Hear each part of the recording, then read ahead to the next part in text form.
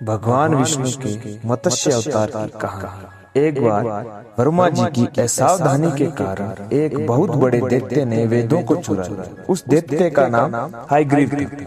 वेदों को चुरा लिया जाने के कारण ज्ञान लुप्त हो गया, चारों ओर अज्ञानता अंधकार फैल गया, पाप तथा अधर्म बुरी तरह से विस्तृत हो गया।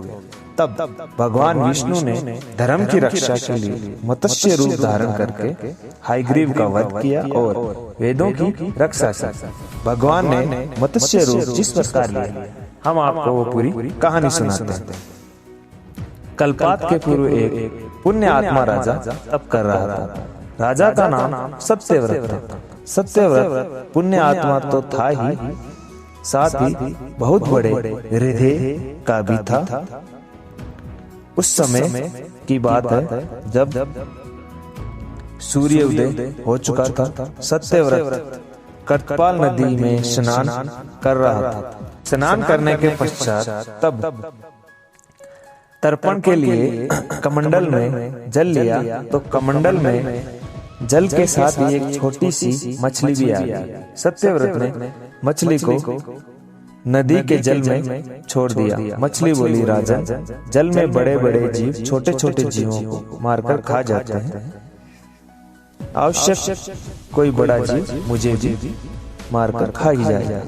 कृपया करके मेरे प्राणों की रक्षा कीजिए। सत्यव्रत के हृदय में दया उत्पन्न हो उठी। उसने मछली को जल से भरे हुए अपने कमंडल में डाल लिया। तभी एक आश्चर्यजनक घटना घट गई। एक रात में मछली का शरीर इतना बढ़ गया कि कमंडल उसके लिए छोटा पड़ गया। दूसरे दिन मछली सत्यव्रत से बोली, राजा, मेरे रहने के लिए कोई और स्थान ढूंढिए, क्योंकि मेरा शरीर बढ़ गया है। मुझे घूमने फिरने में बड़ा कष्ट होता है। सत्यव्रत ने मछली को कमंडल से निकालकर पानी से भरे हुए मटके में रख दिया।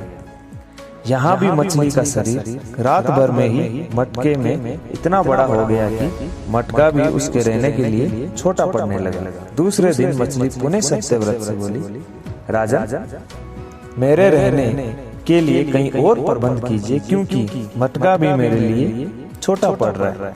तब सत्यव्रत ने मछली को वहां से निकालकर एक सरोवर में डाल दिया, किंतु सरोवर भी मछली के लिए छोटा पड़ गया।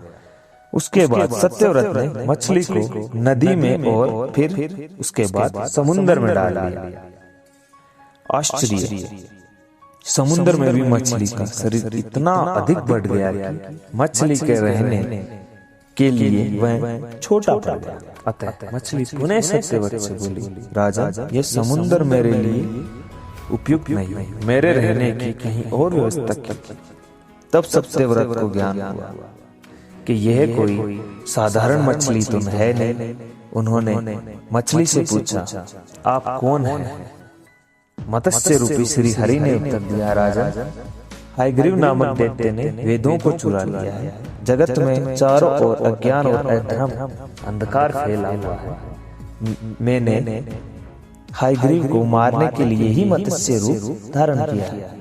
आज से 7वें दिन पृथ्वी पर के चक्कर में फिर जाएगी। समुद्र उमड़ उठेगा, भयंकर वृष्टि होगी, सारी पृथ्वी पानी में डूब जाएगी। जल के अतिरिक्त कहीं कुछ भी दृष्टिगोचर नहीं होगा। आपके पास एक नाव पहुंचेगी। आप सभी अनाजों और औषधियों के बीजों को लेकर सब ऋषियों के साथ नाव पर बैठ जाइएगा।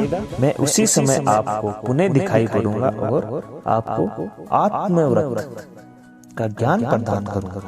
सत्यव्रत उसी दिन से श्री हरि की स्मरण करते हुए प्रलय की प्रतीक्षा करने लगे। 7वें दिन प्रलय का दृश्य उपस्थित हो उठा। समुद्र भी उमड़कर अपनी सीमाओं से बाहर बहने लगा।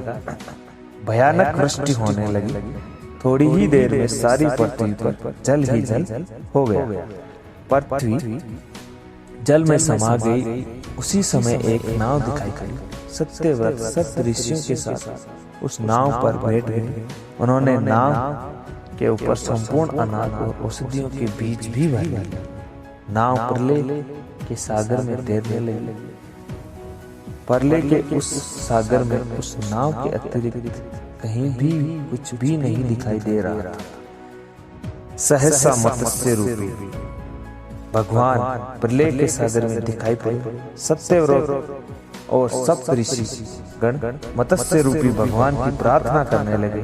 भगवान से आत्मज्ञान पाकर सत्यव्रत का जीवन धन्य हो उठा। वे जीते जीते ही जीवन मुक्त हो गए। प्रलय का प्रकोप शांत होने पर मत्स्य रूपी भगवान श्री हरि ने हयग्रीव को मारकर उससे वेद छीन लिए। भगवान ने ब्रह्मा जी को पुनः वेद दे दिए। इस प्रकार भगवान ने मत्स्य रूप धारण करके वेदों का उद्धार तो किया ही, साथ ही संसार के प्राणियों का भी अंतिम कल्याण किया।